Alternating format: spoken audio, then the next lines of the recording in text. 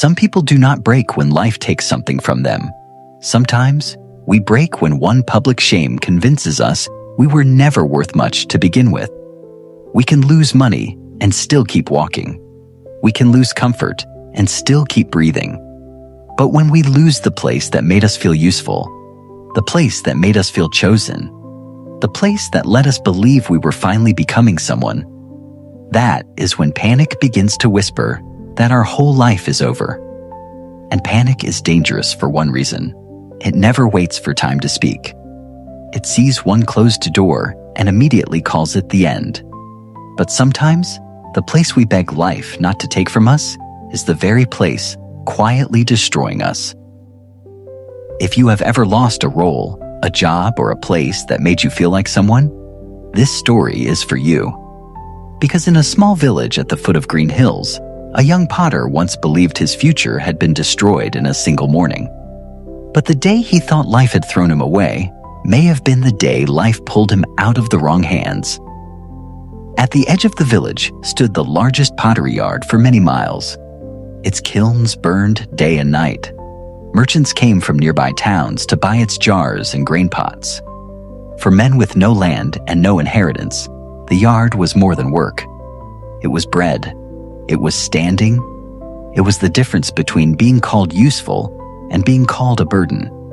Ravi had worked there since boyhood. He was 23 now. Lean, careful, strong. Not the most gifted craftsman in the yard, but steady enough to be trusted near the firing kiln. That trust mattered more to him than he admitted.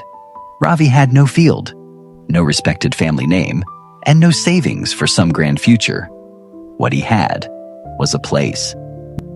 Each morning he entered through the same gate. Each evening he returned covered in clay dust, exhausted but certain of one thing: his life was moving somewhere.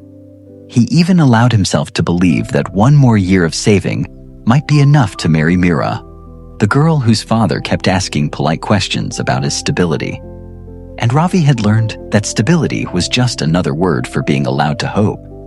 So when he heard the scrape of wheel against clay and the crackle of fire, he did not just hear labor. He heard proof. Proof that he was not wasting his life. Proof that he was becoming someone. That was why the morning everything changed did not feel, at first, like an accident. It felt like judgment. The largest kiln in the yard had been packed heavily the night before. A wealthy merchant had placed a large order before the next market festival, and Master Devon, the owner, wanted everything ready in time. Men worked late. The loading was rushed. The fire burned hotter than usual. Ravi took the final watch near dawn. When the first cracking sound came, it was small enough to ignore. Then another. Then a deep, violent split echoed through the kiln wall. Heat burst from the side like a wounded animal tearing open its own skin. By the time the workers forced the fire down and opened the chamber, the damage was done. Jars had warped. Others had split. Several had collapsed into one another, ruining the rest. The courtyard fell silent. Master Devon arrived not long after. He looked once at the damaged batch, once at the cracked kiln wall, and then at Ravi. Who had the final watch? Ravi stepped forward. For 1 second, he believed he would be asked what had happened.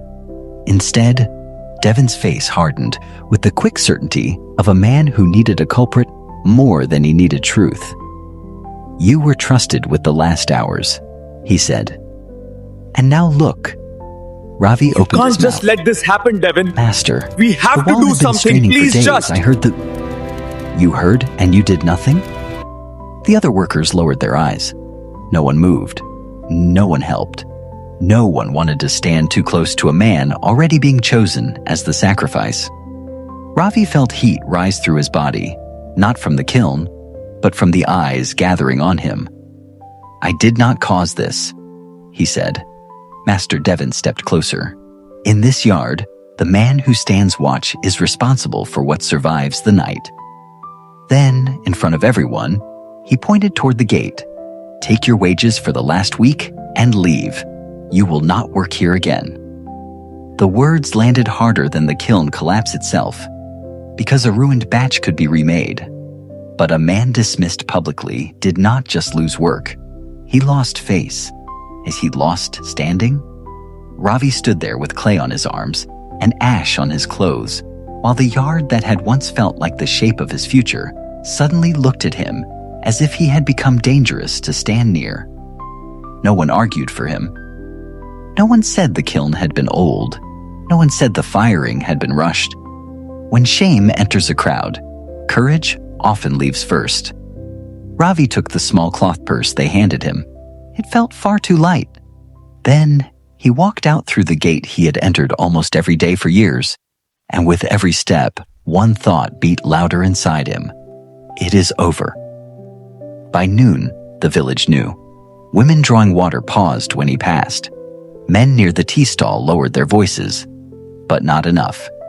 Ravi kept walking. He did not go to Mira's house. He did not go home by the main path. He did not want his mother to see his face before he had learned how to rearrange it into something less broken. At last, he circled behind the pottery yard, toward the place where damaged pieces were dumped.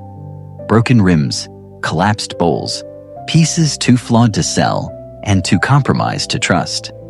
That was where he saw the old man. Hari sat on a flat stone with a chipped water pot between his knees. Beside him lay a basket filled with cast-off pieces from the yard.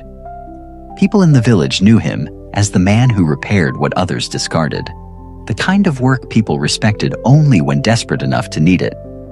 Hari did not look up immediately. Then he said, almost to himself, "People throw things away too quickly when they are angry." Ravi stopped.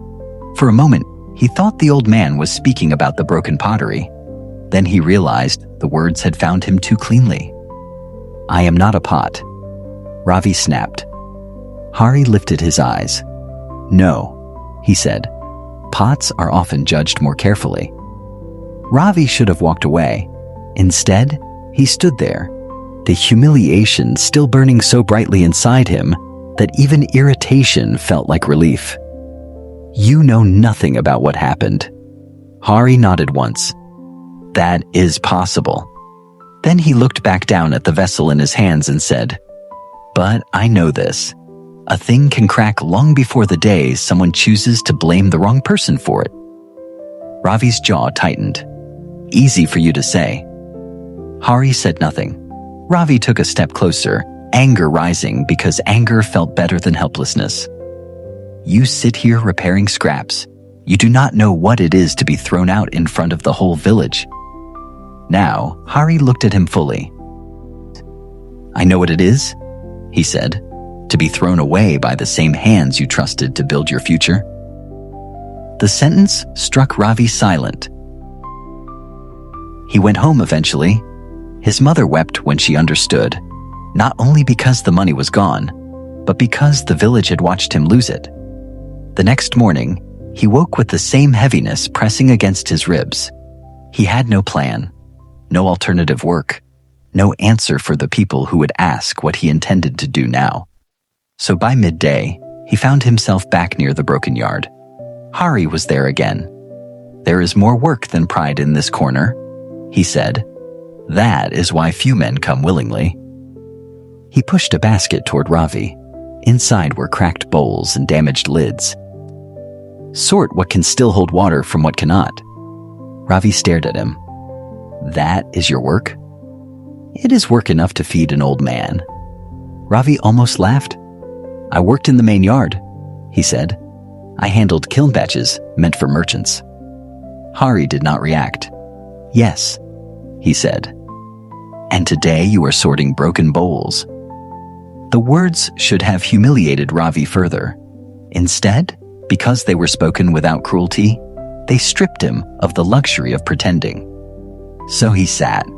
At first, he worked with disgust, then with boredom, and then with the dull numbness of a man doing something far beneath the story he had once planned for himself. But Hari was not saving scraps out of sentiment. He was precise. Then Hari picked up a badly cracked lamp Ravi had already thrown aside. "This one," Ravi said, "is finished." Hari said nothing. He heated resin, pressed the fracture line, reset the broken lip, then poured a little oil into it. and lit the wick. The lamp held. Its flame burned steadily. Ravi stared at it. Hari did not smile. "That is the trouble with anger," he said. "It makes people judge by the first wound they can see." By sunset, Ravi had begun sorting more carefully than he meant to. Hari noticed, "The world is often in the wrong mood when it decides what is worth keeping." That sentence stayed with Ravi. 3 days later, he found the courage to ask, "Who threw you away?" Hari's hands did not stop moving. Then he said, "The same kind of men who threw you away, men who needed blame to stand somewhere safer than truth." Ravi waited. Hari finally looked up. "When I was younger, I worked in the main yard too." Ravi frowned. "I have never seen you there. That is because shame can exile a man long after the gate is done with him." Hari's voice remained calm, but it was not the calm of distance. It was the calm of something that had already burned all the way through. "There was a collapse," he said. "Years ago, a firing arch failed. A worker was injured.